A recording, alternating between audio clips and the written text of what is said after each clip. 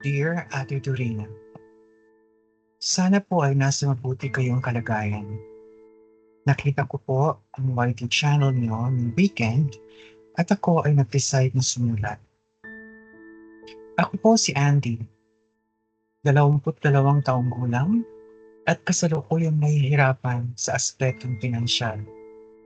Sumusulat po ako upang humingi ng inyong payo tungkol sa isang bagay na labis kong pinangangambahan. Ilang buwan na ang nakalipas dahil sa matinding pangangailangan sa pera. Napilitan akong gumawa ng isang hakbang na hindi ko kailanman naisip na gagawin. Nawalan ako ng trabaho sa call center at mabilis na dumami ang mga bayarin. Dahil walang natanggap na suporta mula sa pamilya at walang ibang pagkukunan ng kita, naramdaman kong wala na akong ibang pagpipilian. Sa aking paghahanap ng agarang solusyon, napunta ako sa idea ng paggawa ng alter account sa X o dating Twitter, kung saan nagbebenta ng mga nilalaman o serbisyo ang mga tao nang walang pagkakakilanlan. Desperation pushed me to create an alter account and start selling explicit content. Initially, it seemed like a viable solution. Ang perang kinita ko ay nakatulong sa pang-araw-araw na gastusin tulad ng renta at pagkain.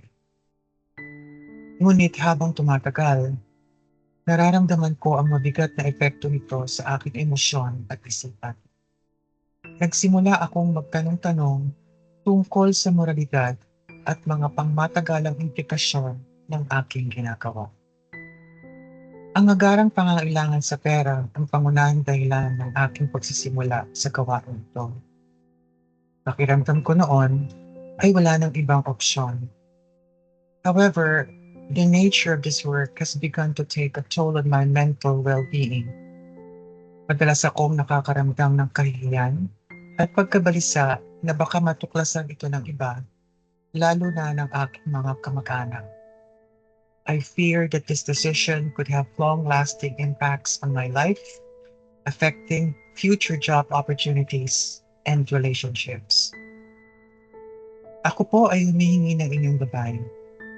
Kailangan ko po ng payo kung dapat ko bang ipagpatuloy ang gawain ito o humanap na ng ibang paraan upang malutas ang aking sitwasyong pinansyal. Additionally, I seek suggestions on how to transition out of this line of work, if that is the best course of action, and explore other ways to achieve financial stability. Maraming salamat po sa inyong oras at pag-unawa. Umaasa ako na matutulungan ninyo ako sa pagdesisyon ng tama para sa aking kinabukasan. Lubos na gumagalang, Andy. Dear Andy, I hope this message finds you well. Una sa lahat, nais kong magpasalamat sa iyong pagtitiwala sa akin upang ibahagi ang iyong sitwasyon. Alam kong hindi madaling pag-usapan ang ganitong mga bagay, kaya't saludo ako sa iyong tapang at pagiging bukas. Nauunawaan ko ang iyong pinagdaraanan at nais kong tulungan ka sa abot ng aking makakaya. Ito ang ilang puntos na sana'y makatulong sa iyong pagdesisyon. Naiintindihan ko na ang paggawa ng alter account at pagbebenta ng explicit content ay naging mabilisang solusyon sa iyong kagipitan sa pinansyal. Mahalaga ang pagkakaroon ng pera para sa mga pangangailangan. Ngunit, mahalaga rin ang pagkakaroon ng isang matibay na plano para sa pangmatagalang tagumpay. Kung maaari, magsimula kang maghanap ng iba pang mapagkukunan ng pagkakakitaan. Maaari kang mag-apply sa mga part-time na trabaho o mga freelance gigs online.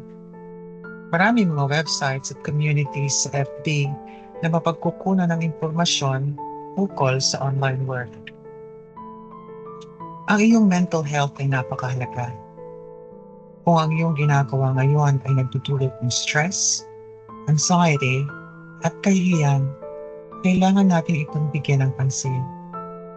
Maaari kang makipag-usap sa isang counselor or therapist upang matulungan kang maproseso ang iyong nararamdaman at magbigay ng mga strategies upang mapanatili ang iyong mental well-being. Mahalaga ring pag-isipan ang pangmatagalang epekto ng iyong kasalukuyang ginagawa. As you mentioned, there could be implications on future job opportunities and personal relationships. Isipin mo rin ang reputational risk na kaakibat nito. Kung nais mong lumipat ng ibang linya ng trabaho, simulan mo na magplano ngayon.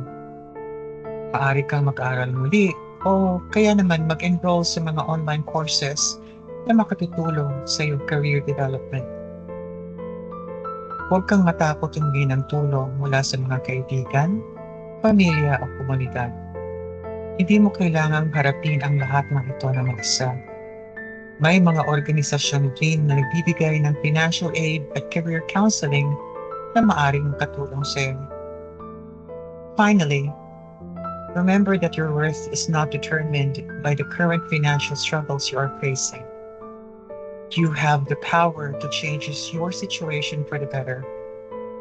Take one step at a time and always prioritize your well-being. Maraming salamat din sa iyong tiwala, Andy. Naway makatulong ang mga payo na ito sa iyong desisyon. Huwag kang aatubiling sumulat muli kung kailangan mo ng karagdagang pagkapayo. Best regards, Ate Dorina.